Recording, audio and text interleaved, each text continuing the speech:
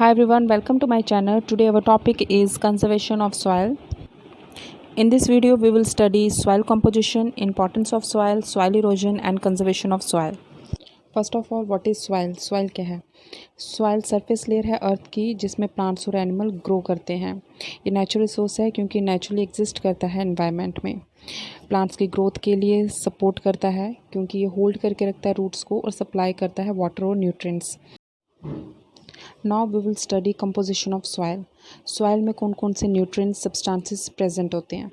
Soil is composed of mineral matter, organic matter, soil water, soil air and soil organisms.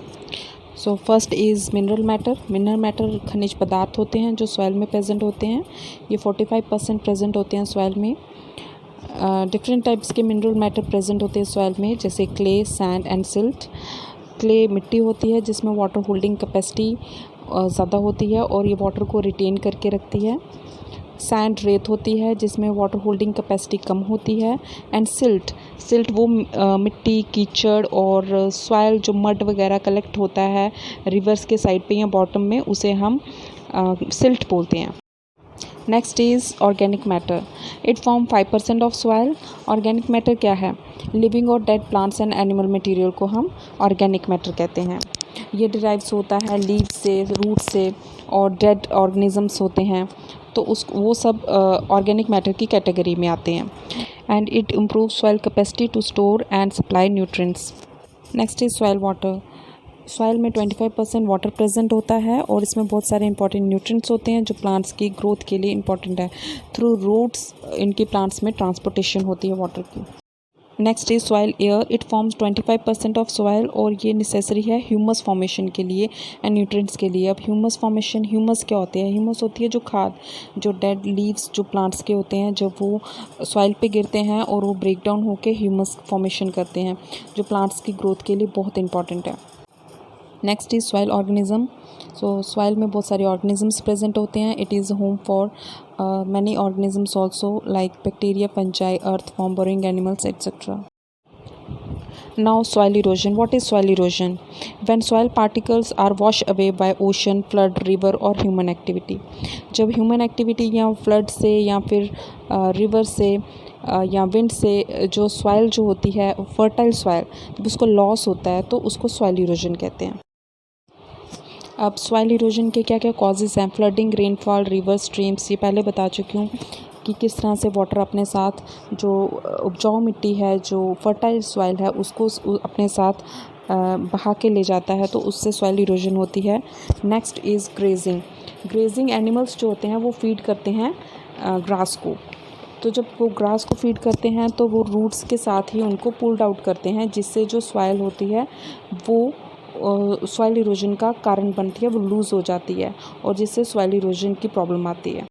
Next are construction, deforestation, human activity. तो human activity से जो construction का work ज़्यादा हो रहा है, deforestation हो रही है, कटिंग ऑफ ट्रीज़ हो रहा है, तो इससे फ्लड के चांसेस ज़्यादा हो रहे हैं और जिससे सॉइल का लॉस हो रहा है, फर्टाइल सॉइल का लॉस हो रहा है एंड सॉइल इरोजन जो होता है वो उसकी प्रॉब्लम ज़्यादा हो रही है। हैवी विंड्स जो होती हैं, जो हवा होती है, उससे भी जो लॉस हो रहा है फर्टाइल सॉइल का। एंड लॉगिंग एंड माइनिंग वो भी इंपॉर्टेंट कॉज है सॉइल इरोजन का, क्योंकि कटिंग हो रही है ट्रीज़ की। ट्रीज़ जो होते हैं प्रोटेक्ट करके रखते हैं सॉइल को, रेनफॉल से बचाते हैं। तो एंड माइनिंग, जो माइनिंग इंडस्ट्रियलाइजेशन हो रही है, माइनिंग हो रही है मेटल्स की, तो इससे भी सॉइल इरोजन जो होती है ये ज़्यादा कॉज हो रही है। Next is affects of soil erosion. क्या क्या अफेक्ट हैं सॉइल इरोजन के हमारे एनवायरनमेंट में, हम पे क्या अफेक्ट पड़ता है?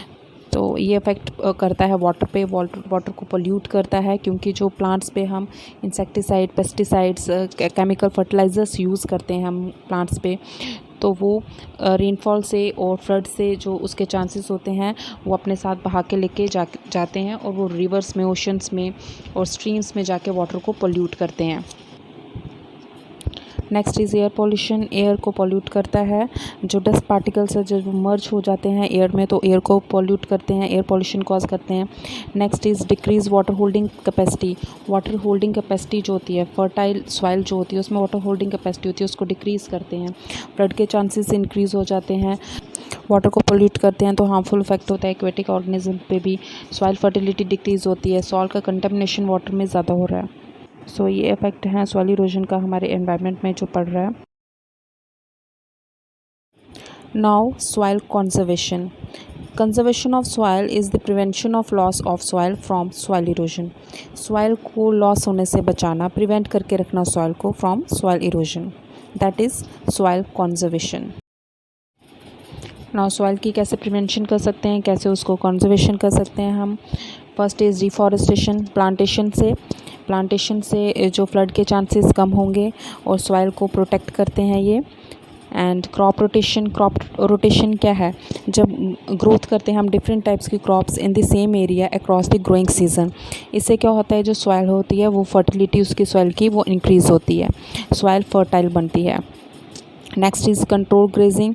जैसे मैंने पहले डिस्कस किया कि ग्रेजिंग से सॉइल इरोजन की प्रॉब्लम ज़्यादा आती है और इससे जो होती है सॉइल, जो टॉप फर्टाइल सॉइल होती है वो उसका लॉस होता है, तो ग्रेजिंग को कंट्रोल करना चाहिए। Next is use of bio fertilisers and green manure. So soil fertility is maintained by green manure and by the use of biofertilizers. Ban use of polythene. Soil pollution control होता है जब हम polythene को ban करते हैं।